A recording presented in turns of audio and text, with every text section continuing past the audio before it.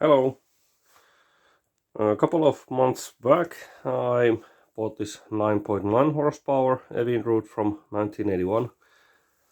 I was hoping it would have been easy project, but turns out it has some major issues. It's a complete motor. It has all the parts needed. Some little things like this plastic cover here is missing, but nothing major. I already got this running, but it was running really rough. I couldn't get it to idle properly, and it just something felt that it wasn't working as it should. And what I found was that the upper cylinder was scored. I already started stripping this. Let me take these coils out of the way. Already take the head out. I have to take some light because the lighting is so bad. Okay. So the lower cylinder looks fine. There's no scoring or anything, and it had good compression. But the upper one, there are some scoring marks there. And I believe what happened was that the piston ring is actually snapped. There are some marks on the head that it was probably overheating. The impeller was bad and the water wasn't circulating properly, so it was overheating, and the upper cylinder probably seized or the ring snapped. There was like 40 psi or something compression on the upper cylinder, so that's why it wasn't working properly. But other than that, this motor is in a pretty good condition. The fuel pump is missing because there was some problems with that. I have a spare one, so that's a no problem. But what I thought I would do, I have this, and some of you may think that this is just a pile of junk, and you are correct, this is. But the power head from this motor, I think it's salvageable. The cylinders look good and are rotating freely, and I can't feel any problems with the bearing. So I think this might be still usable.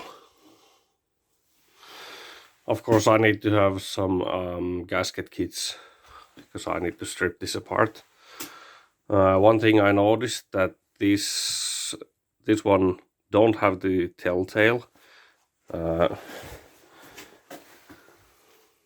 It's hard to see here, but there's a water outlet down there, and it's peeing from this hole. So this motor don't have that, but I think that if I change this part from here to this power head, I'm pretty sure it fits, and I get the telltale for that. My workstation is not optimal. This is all all the room I have. And it's cold. It's winter time, so yeah, I think it's below freezing still inside, because there's no heating here, and it's like 50 degrees minus Celsius outside. But let's see. I'm gonna start taking this apart and see how it goes. Wish me luck.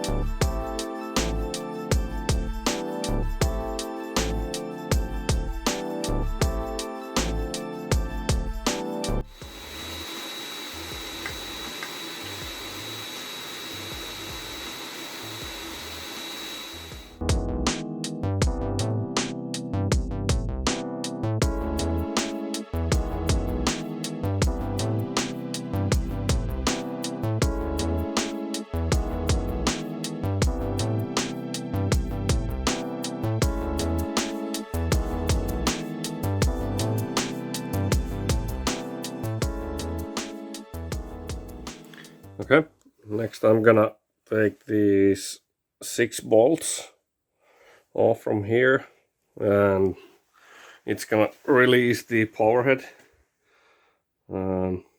Hopefully I'm able to lift the power head off.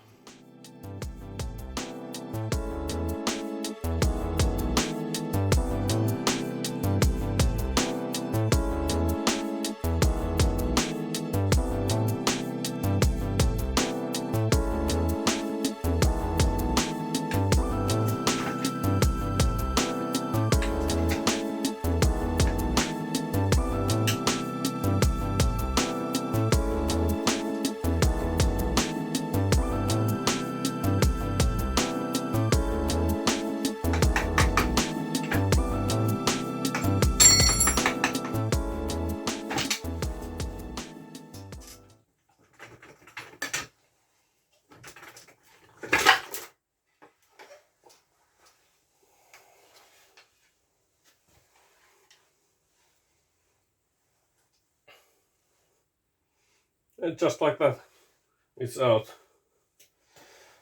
Now I have to, also washer. Next I'm gonna compare this one to the older one and check if there's some differences maybe. Now that I have these power heads both side by side, I can take a look what's the differences between these. So this one is from Johnson 1975, and this is the Evinrude 1981. So there's 6-year differences between these two. There's a couple of differences I found. This gear lever, I don't think if it's broken or not, but there's this, I don't know, clip. It's missing from here, so I'm gonna need to swap this one. And then there's the telltale, the water outlet, I don't know what it's called. And this one doesn't have it, so I need to take this water cover off this part and swap it here. But basically that's all the differences I found. Exhausts are similar. I couldn't find any differences between those, but I need to get this exhaust off so I can change the gasket here. I ended up buying new parts for this. I have to buy the gasket kit. It comes with the new head gasket and all the gaskets for these water covers here. For these also. And I also needed to buy a new thermostat because this is shot. It's stuck open, as you can see. You can see a light through there. So this is stuck open. And I also checked this grommet here. This grommet is actually one of the weak points in this engine. If you crush like this grommet between those surfaces, it might be clogged and the water won't circulate properly. I have a couple of these old grommets, as you can see. This was also a bit like crushed between there, so the water might not circulate properly. As you can see, this is actually a bit restricted. But this one looked okay, so I didn't order a new one for this. These are pretty expensive and hard to find, so I'm gonna go with this one. It has been a couple of weeks now since I ordered some new parts. I got this gasket kit. There's new head gasket and all the gaskets for these water covers. And then I got a new thermostat because the old one was shut. And meanwhile, I was able to get all these gasket surfaces clean. It was a bit of a struggle because all the gaskets had been here on these surfaces like 40-50 years, so I had to use this old method, sandpaper on a flat surface, to get all this old gasket material off. But yeah, it turns out okay. It's not perfect, but I think it will do.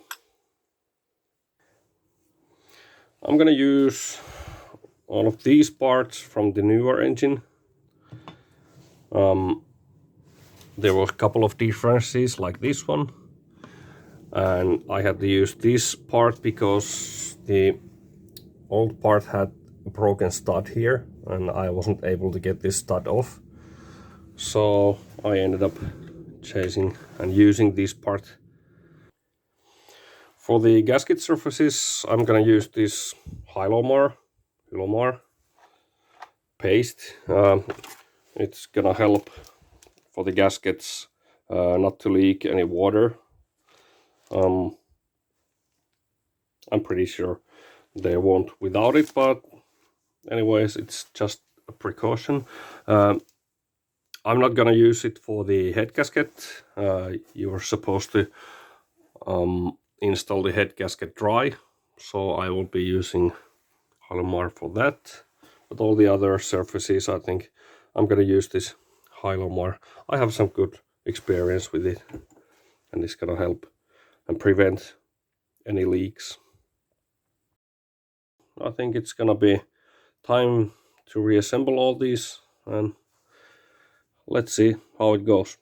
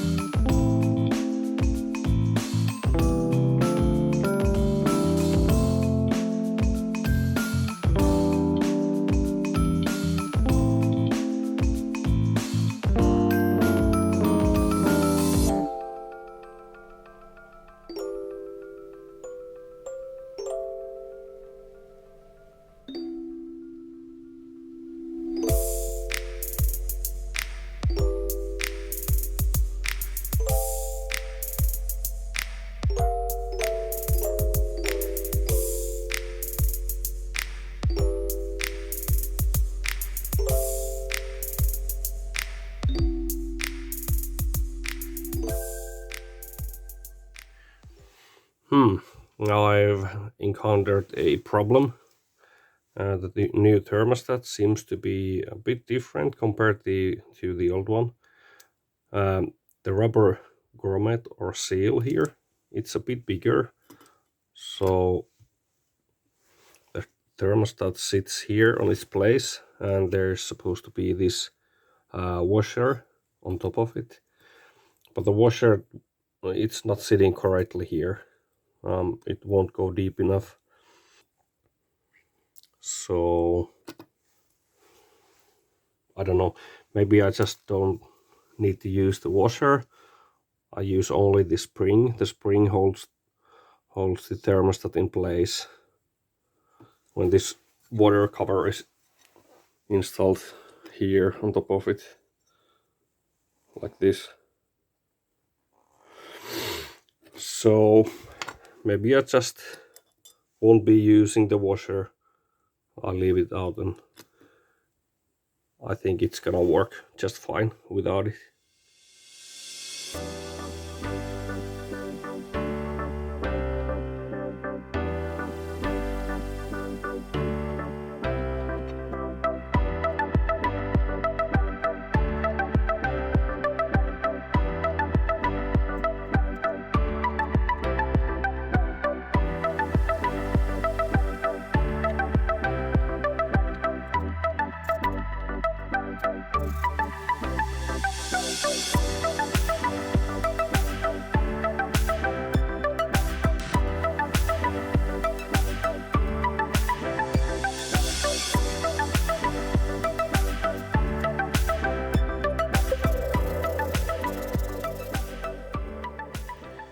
Another minor problem, these head bolts, these are from the newer engine.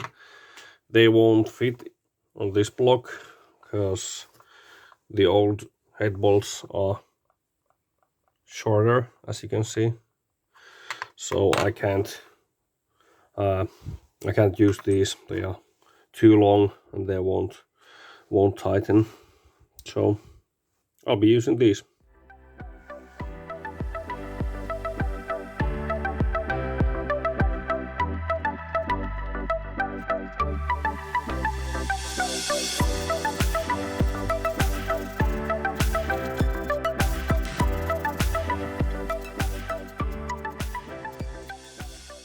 Block is back in one piece again, and I think it's ready to be bolted back to the chassis again.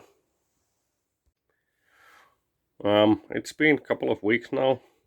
I've had some other jobs to be done, so I really didn't have time for this, but I wasn't planning to paint this, but yeah, my OCD kicked in and I just couldn't left this unpainted, so here we are. I got some nice quality paints from auto parts store. I think it's gonna match pretty well with the old paint. It's not original Evinrude paint, but it's, like I said, quality paint and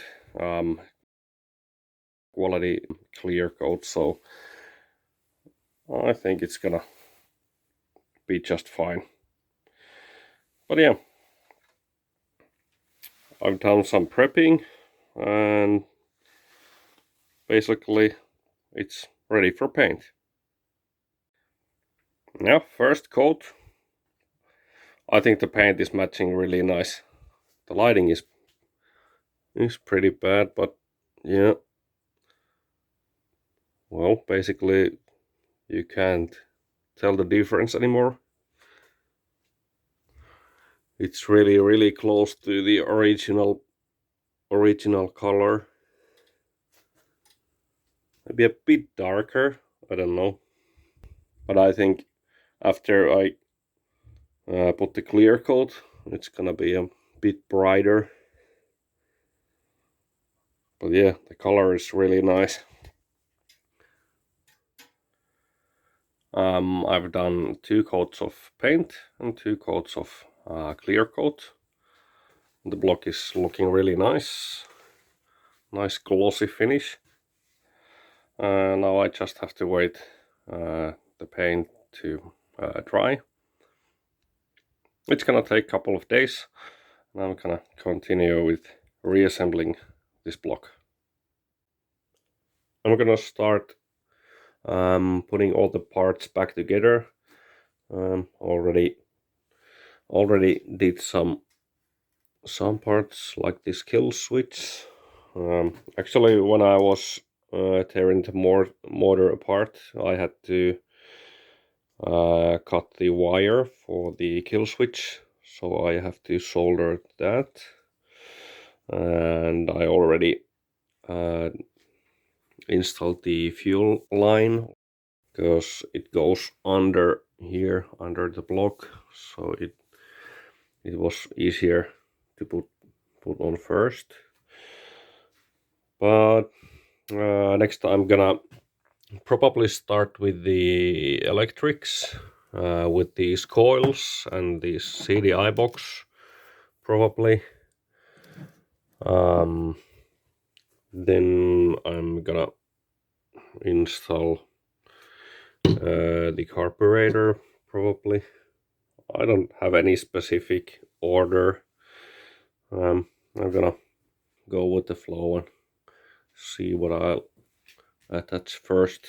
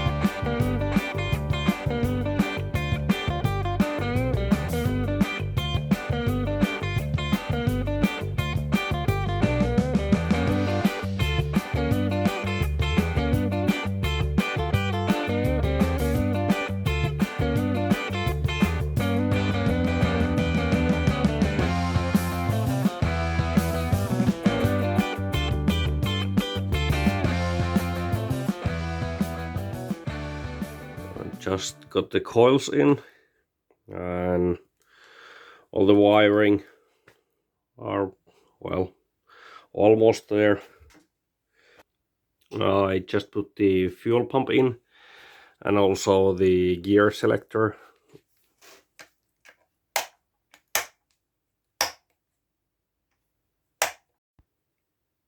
Next up, I'm gonna be installing the lower unit back on, because I have to make sure that the gear lever here is adjusted correctly, and it's easier to adjust with the carb out of the way. So next I'm gonna be installing the lower unit.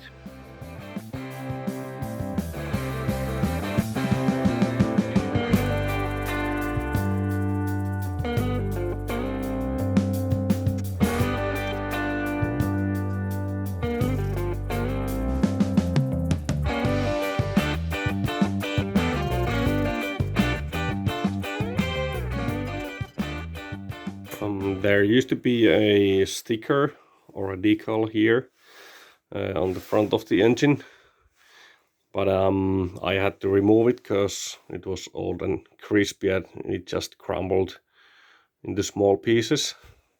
But I managed to salvage a sticker from the donor engine.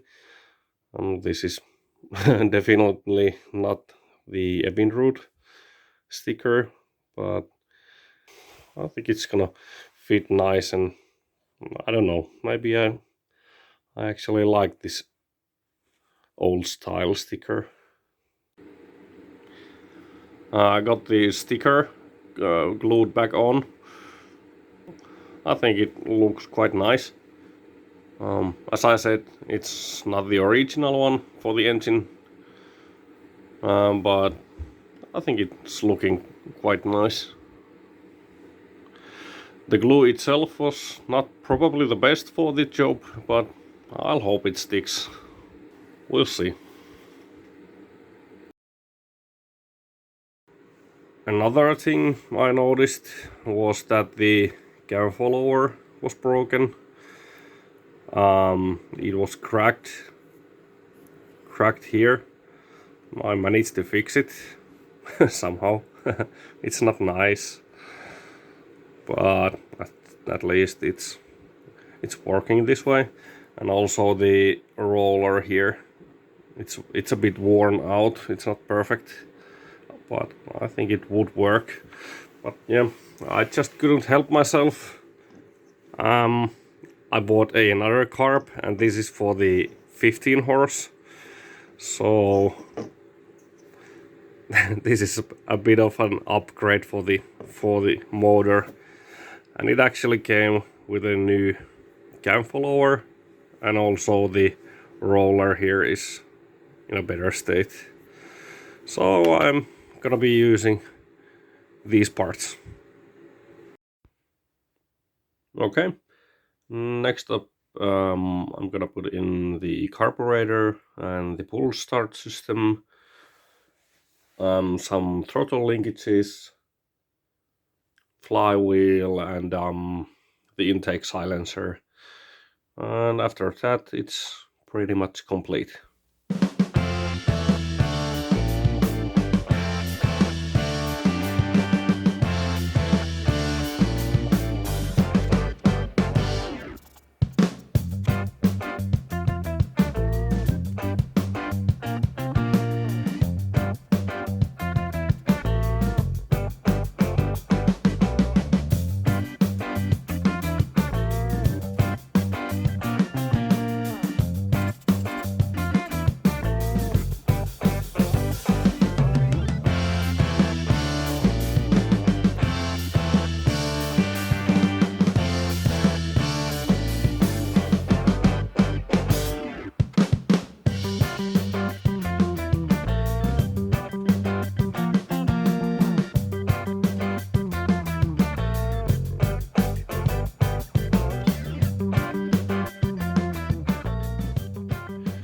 Finally, the motor is back together.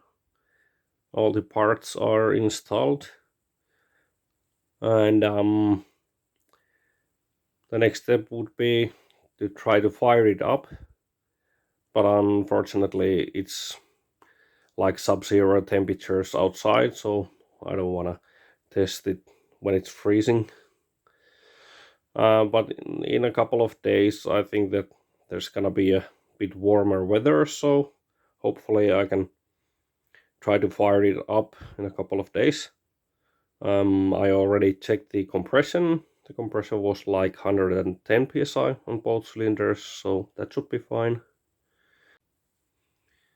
But yeah, I can't wait to try to fire it up, so let's see how it goes. It's time to try to fire this thing up. The weather has not been suitable for testing, but now it's above freezing, and it's not raining or it's not too dark or anything. Yeah, let's see. Will it run?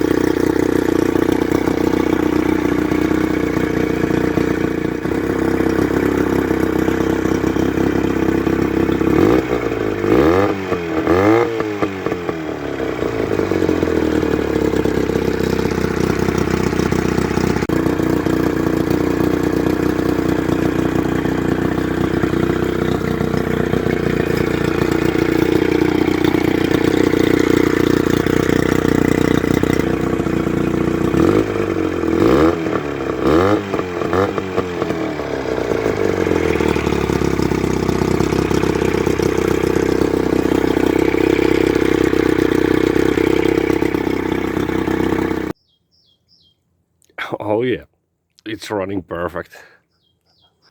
I'm so relieved. I've been working with this engine like 3 or 4 months now, and I'm just so relieved it's working, and it's running perfect.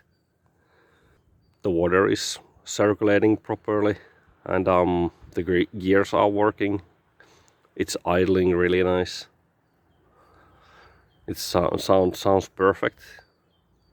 All I did was I had to adjust the idle screw a bit, and it was running a bit rich at first, but it settled down and I leaned it down a bit, so it's basically ready to be tested on a lake, and I'm just waiting for the summer to come and get this thing out on a lake. But yeah, if you like this project, you can like and subscribe, and then I'll see you on the next one.